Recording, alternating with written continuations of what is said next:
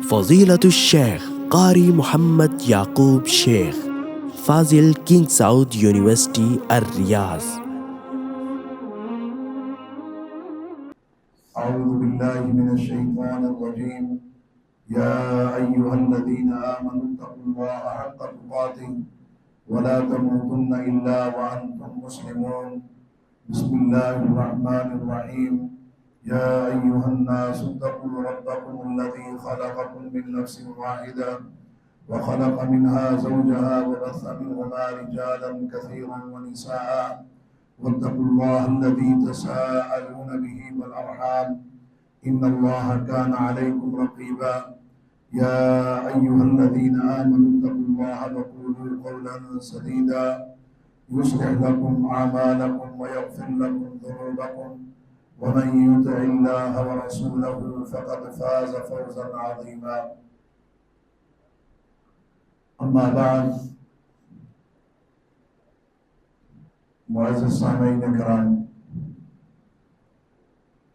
گزشتہ سے پیوستہ خطبہ جمعۃ المبارک میں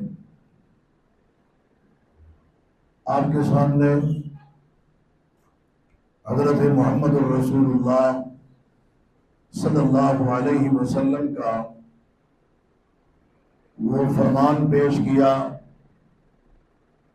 اور اس فرمان میں کرنے والے کام، 4 کام جو جنت میں داخلے کا یقینی سبب ہے، اس کے اوپر ہم نے بات چیت شروع کی تھی. اور ان 4 میں سے پہلا کام حضرت محمد الرسول اللہ صلی اللہ علیہ وسلم کے فرمان کے مطابق افش السلام، سلام کو عام کرنا ہے. اس سے دوریاں ختم ہوتی ہیں، قربتیں قرابتیں پیدا ہوتی ہیں، دل کی میل وہ چھٹ جاتی ہے، بغض و عداوت اور غصہ ختم ہو جاتا ہے.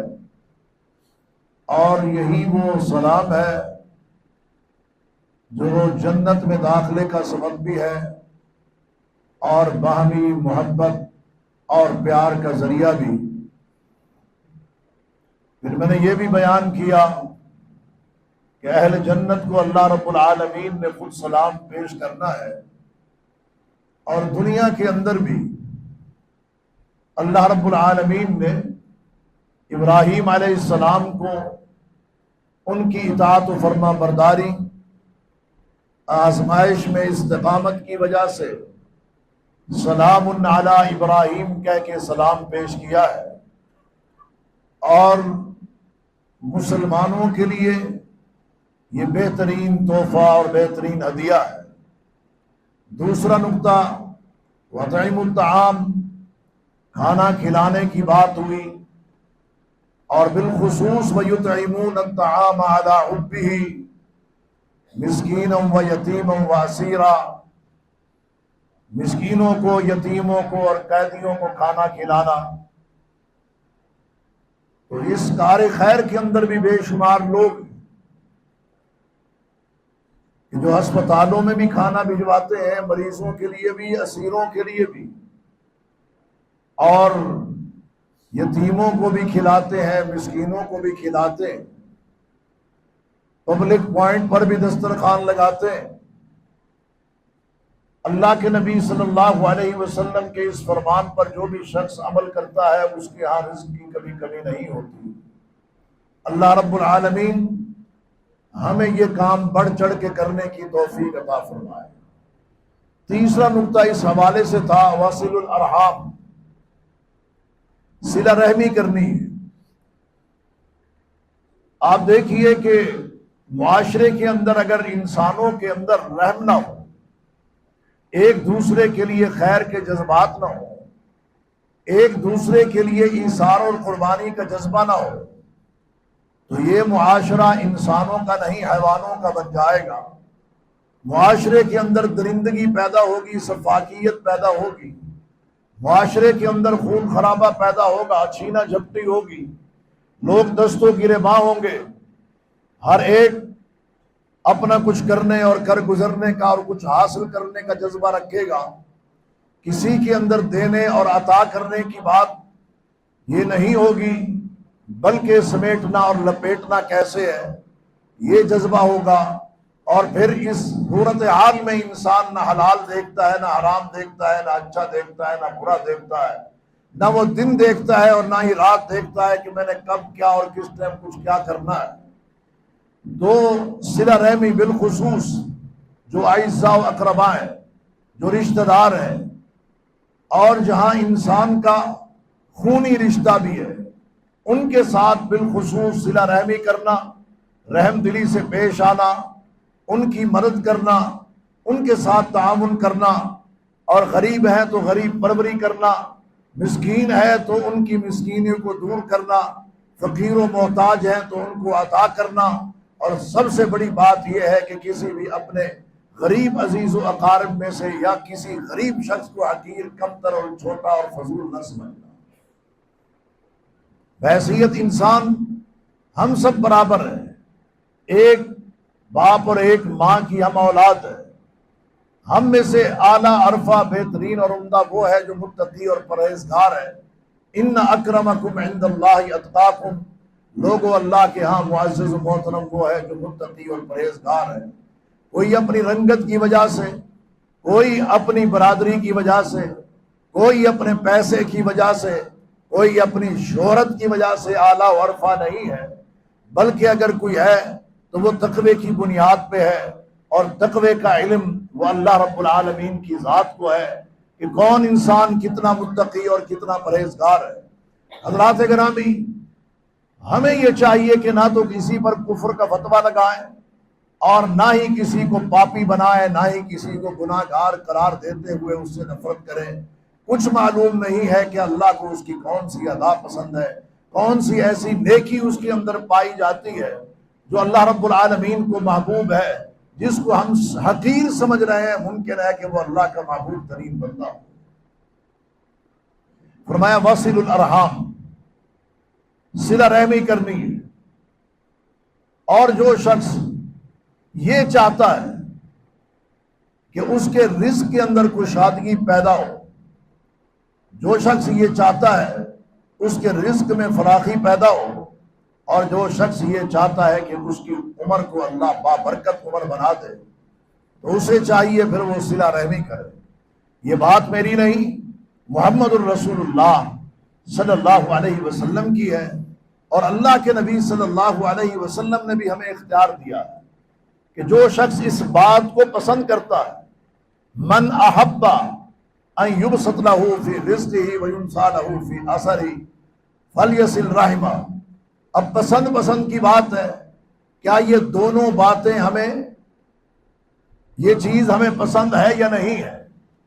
من احب ان یبسط لہ فی رزقہ، جو شخص اس بات کو پسند کرتا ہے کہ اس کے رزق میں کشادگی اور فراخی پیدا ہو۔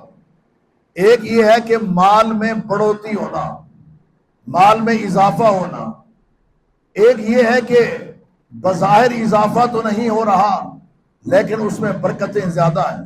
اس سے مراد اضافہ بھی ہے، اس سے مراد برکت بھی ہے، اس کے اندر راحت و سکون بھی ہے، اور اس کے اندر قلبی اطمینان بھی ہے۔ دیکھیں بعض لوگ ایسے ہیں، وہ بلینر ہے، لیکن صورتحال یہ ہے کہ اتنا پیسہ اور اتنی کمائی ہونے کے باوجود بھی ان کے اندر اطمینان نہیں ہے، بلکہ اضطراب ہے، ان کے اندر بے چینی ہے، ہر وقت وہ بے چین رہتے ہیں۔ لیکن وہ شخص کہ جو یہ چاہتا ہے کہ اس کی دولت میں کشادگی پیدا ہو، برکت پیدا ہو، اور اس کے اندر اطمینان بھی پیدا ہو، یہ اطمینان قلبی جو ہے یہ بڑی چیز ہے۔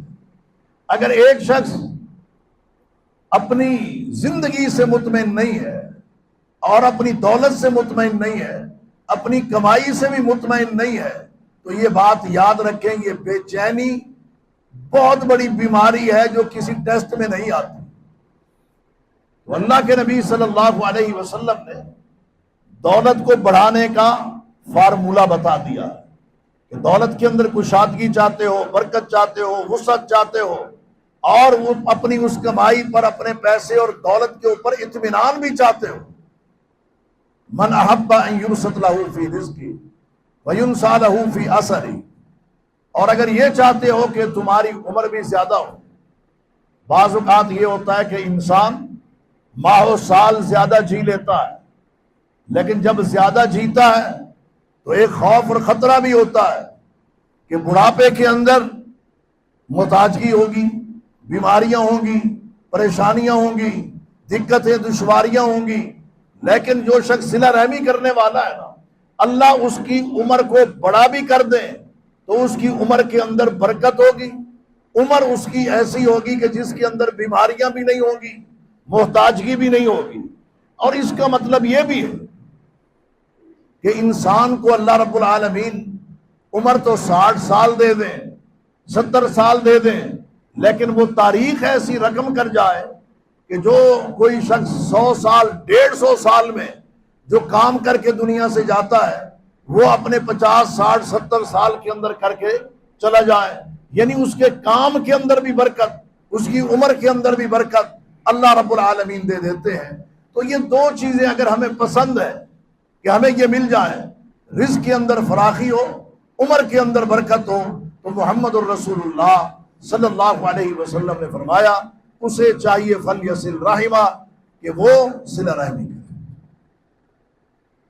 دولت کو جو بڑھانے کا فارمولہ ہے وہ ایک اور بھی ہے جو محمد الرسول اللہ صلی اللہ علیہ وسلم نے فرمایا انکم ستنصرون وترزقون بضعفائکم، لوگوں جو تمہاری جو مدد کی جاتی ہے، انکم ستنصرون، جو تمہاری مدد کی جاتی ہے مشکل گھڑی میں، پریشانی کے لمحات میں، دقت کے دنوں میں، وترزقون، اور جو تمہیں رزق اللہ رب العالمین سے عطا کیا جاتا ہے، یہ کیوں کیا جاتا ہے؟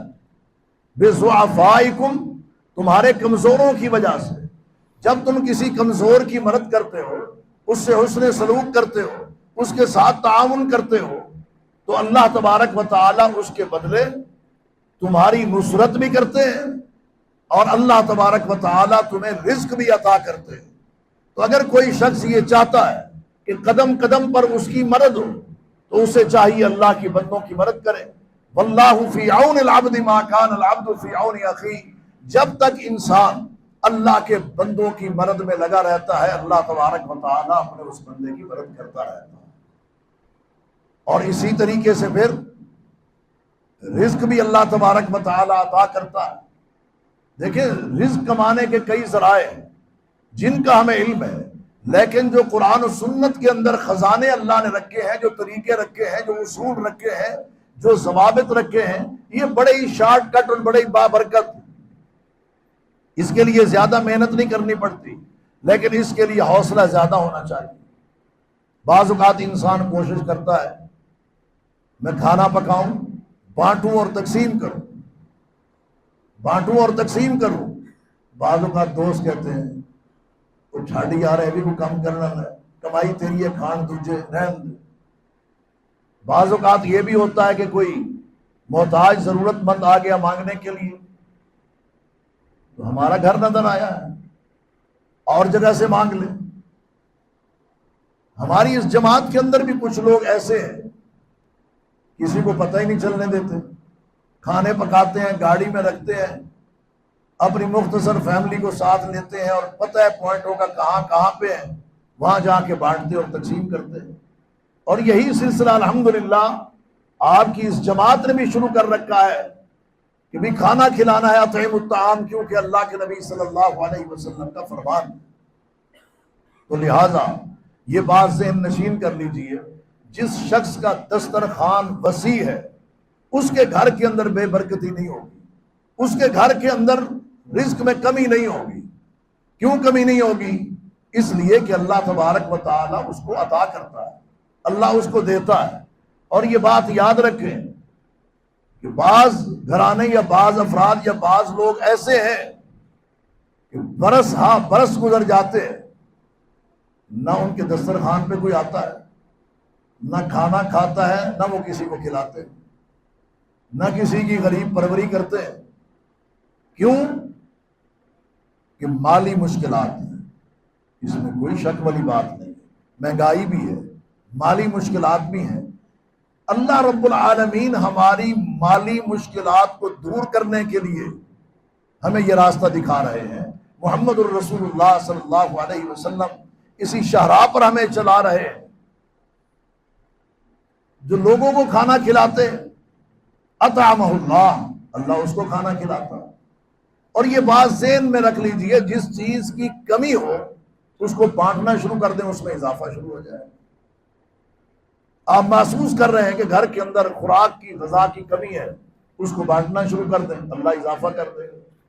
آپ سمجھ رہے ہیں کہ کوئی چیز ذہن میں نہیں آتی، پڑھنے کے باوجود بھی جو تھوڑا بہت پڑھا ہے، بلغوا عنی ولو آیا کے اوپر عمل کرتے ہوئے آپ کیا کریں؟ آپ علم بانٹنا شروع کر دیں، علم میں اضافہ ہوگا۔ کھانا بانٹنا شروع کر دیں، کھانے میں اضافہ ہوگا۔ لوگوں کی عزت کرنا شروع کر دیں، عزت میں اضافہ ہوگا۔ آپ بیماروں کی مدد کرنا شروع کر دیں، اللہ صحت یابی عطا فرما دے گا۔ یہ تو ایک اصول ہے سادہ سا، کہ جو چیز چاہیے آپ اس کو تقسیم کرنا شروع کر دیں، اللہ رب العالمین عطا کرنا شروع کر دیں۔ کہ صلہ رحمی کرنی، صلہ رحمی کرنی، تو جو آدمی صلہ رحمی نہیں کرتا اس کا ٹھکانہ کہاں پہ؟ وہ کہاں پہ ہوگا؟ محمد الرسول اللہ صلی اللہ علیہ وسلم نے فرمایا لا يدخل الجنہ قاطع رحم، جو قطع رحمی کرنے والا ہے وہ جنت میں داخل نہیں ہوگا، وہ جنت میں داخل نہیں ہوگا۔ یعنی جو قطع رحمی کرتا ہے وہ اپنے پاؤں پہ خود کلہاڑا مارتا ہے، اپنی آخرت کو خود خراب کرتا ہے۔ کیوں کرتا ہے؟ اپنے اس عمل کی وجہ سے، قطع رحمی کی وجہ سے۔ اللہ اکبر و کبیرہ۔ تو اس حوالے سے جو چوتھا نقطہ ہے وہ کیا ہے؟ تہجد کا ادا کرنا، تہجد کا پڑھنا۔ صلو باللیل، اللہ اکبر و کبیرہ۔ خوش نصیب ہیں وہ لوگ جنہیں اللہ رب العالمین اس کی توفیق عطا کرتے ہیں، جو اپنے بستروں سے الگ ہوتے ہیں۔ تتجافى جنوبهم عن المضاجع يدعون ربهم خوفا وطمعا ومما رزقناهم ينفقون۔ وہ لوگ جو اپنے بستروں سے جدا ہوتے ہیں، علیحدہ ہوتے ہیں۔ کیوں؟ یدعون ربهم، اپنے رب کو پکارنے کے لیے، خوفاً ڈرتے ہوئے، وطمعا اور اللہ سے طمع کرتے ہوئے۔ دونوں چیزیں رب سے ہی کرنی چاہیے۔ ہمارے دلوں میں، دماغ میں ڈر ہو تو کس کا؟ اللہ کا۔ اور کوئی طمع ہو تو وہ بھی کس سے؟ اللہ سے۔ وہ طمع پورا کرنے والا بھی وہی اللہ رب العالمین۔ اور پھر یہ وہ نماز ہے، رب العالمین نے اپنے پیغمبر کو بھی کہا یا ایھا المزمل قم اللیل الا قلیلا نصفہ او انقص منہ قلیلا او زد علیہ ورتل القرآن ترتیلا۔ رات کی نماز کا اور تلاوت کا بڑا گہرا تعلق ہے۔ اس موضوع پر انشاءاللہ العزیز ایک مستقل خطبہ میں دوں گا کہ 2 رکعت، 4 رکعت، 8 رکعت وتر کے ساتھ کس طرح پڑھنی چاہیے، اور کتنی کتنی آیات جو ہیں وہ پڑھی جائیں تو انسان کس مقام اور کس مرتبے پر پہنچے گا، اور اس کو کتنا اجر و ثواب ملے گا، اور اللہ کے نبی صلی اللہ علیہ وسلم کے فرمان کے مطابق اسے کن کن القابات سے اللہ کے حبیب صلی اللہ علیہ وسلم نے پکارا اور بلایا۔ صلو باللیل، رات کی نماز۔ اللہ رب العالمین نے محمد الرسول اللہ صلی اللہ علیہ وسلم کو اس نماز کی ادائیگی کا فرمایا وَمِنَ اللَّيْلِ فَتَهَجَّدْ بِهِ نَافِلَةً لَكَ عَسَىٰ أَن يَبْعَثَكَ رَبُّكَ مَقَامًا مَحْمُودًا۔ میرے حبیب، آپ نے تہجد کو ادا کرنا ہے، اور انعام کے طور پہ کیا فرمایا؟ عَسَىٰ أَن يَبْعَثَكَ رَبُّكَ مَقَامًا مَحْمُودًا۔ مقام محمود اللہ رب العالمین آپ کو عنایت کریں گے اور عطا فرمائیں گے۔ حبیب کبریا محمد الرسول اللہ صلی اللہ علیہ وسلم کو تو اللہ رب العالمین نے یہ مقام محمود عطا کرنا ہے، اور نماز کے اذان کے بعد جو ہم دعا پڑھتے ہیں تو اس دعا کے اندر بھی یہی ہے، آت محمد للوسیلۃ والفضیلۃ وبعثہ مقاما محمودا الذی وعدتہ۔ تو اللہ رب العالمین نے یہ مقام ان کو عطا فرمانا ہے۔ امت میں سے جو لوگ تہجد گزار اور شب بیدار ہیں، اللہ رب العالمین نے ان کی بھی عزت میں، وقار میں، شرف میں بہت زیادہ اضافہ فرمانا ہے، اور یہ اپنے چہروں سے، اپنی زندگیوں سے، عادات و اطوار سے اور اپنی اعلیٰ اقدار سے یہ پہچانے جائیں گے۔ اور پھر ان لوگوں کے چہرے، یہ ضروری نہیں ہے کہ بہت بڑا محراب ماتھے کے اوپر ہو، لیکن سیماہم فی وجوہہم من اثر السجود، چہرے ہی بتاتے ہیں کہ کسی اللہ والے کا چہرہ۔ تو اللہ والے کا چہرہ اس وقت بنتا ہے جب انسان اللہ کے آگے جھکتا ہے، سجدے میں گرتا ہے، گڑ گڑاتا ہے۔ اقرب ما یکون العبد من ربہ وہو ساجد، انسان سب سے زیادہ رب العالمین کے قریب کب ہوتا ہے؟ جب وہ حالت سجدہ میں ہوتا ہے۔ ایک ہے اللہ کا قریب ہونا، ایک ہے ہمارا اللہ کے قریب ہونا، دو الگ الگ باتیں۔ جہاں تک بات رب العالمین کی کہ وہ ہمارے کتنا قریب ہے، نحن اقرب الیہ من حبل الورید، ہماری شاہ رگ بھی اتنی قریب نہیں جتنا رب العالمین ہمارے بہت زیادہ قریب ہے۔ یہاں اللہ رب العالمین نے نحن اقرب کہا ہے، نحن قریب نہیں کہا۔ بہت زیادہ قریب ہوں میں تمہیں تمہاری شاہ رگ سے۔ اللہ تو ہماری شاہ رگ سے بھی زیادہ قریب ہے، دور تو ہم لوگ ہیں اللہ سے، دوریاں ہم نے ڈالی ہوئی ہیں، فاصلے ہم نے ڈالے ہوئے ہیں، خلا اور خلیج ہم نے پیدا کی ہوئی ہے۔ اللہ سے منہ ہم نے موڑا ہوا ہے، اللہ نے ہم سے منہ نہیں موڑا۔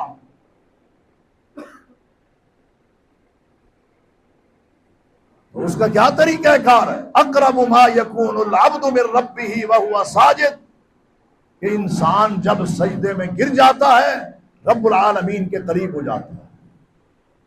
آج ضرورت اس بات کی ہے کہ ہم اپنے پروردگار کے قریب ہو جائیں،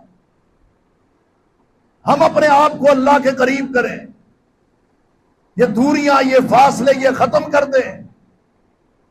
پریشانیوں سے بچنا ہے، دشواریوں سے بچنا ہے، مشکلات سے بچنا ہے۔ وہ مشکلات، وہ پریشانیاں مالی ہیں، معاشی ہیں، معاشرتی ہیں، سیاسی ہیں، جس قسم کی بھی ہے، ظاہری ہے، باطنی ہے، جسمانی ہے، روحانی ہے، وہ اللہ دور کر دے گا۔ کب؟ جب ہم اس کے قریب ہوں۔ اللہ اکبر کبیرہ، صلوا باللیل والناس نیام، اس وقت کہ جب دنیا سوئی ہوئی ہو، اللہ کے بندے تو بیدار ہو اور اپنے رب سے سرگوشیاں کر رہا ہو، گڑ گڑا رہا ہو، آنسو بہا رہا ہو، پروردگار کو راضی کر رہا ہو۔ اللہ اکبر و کبیرہ، یہ چار کام، سلام کا عام کرنا، لوگوں کو کھانا کھلانا، صلہ رحمی کرنا، رات کی نماز تہجد کو ادا کرنا، یہ چار کام اللہ کے نبی صلی اللہ علیہ وسلم نے فرمایا تم کر لو، تدخلوا جنت ربکم بسلام، اپنے رب کی جنتوں میں سلامتی کے ساتھ تمہارا داخلہ یقینی ہے۔ وآخر دعوانا الحمدللہ۔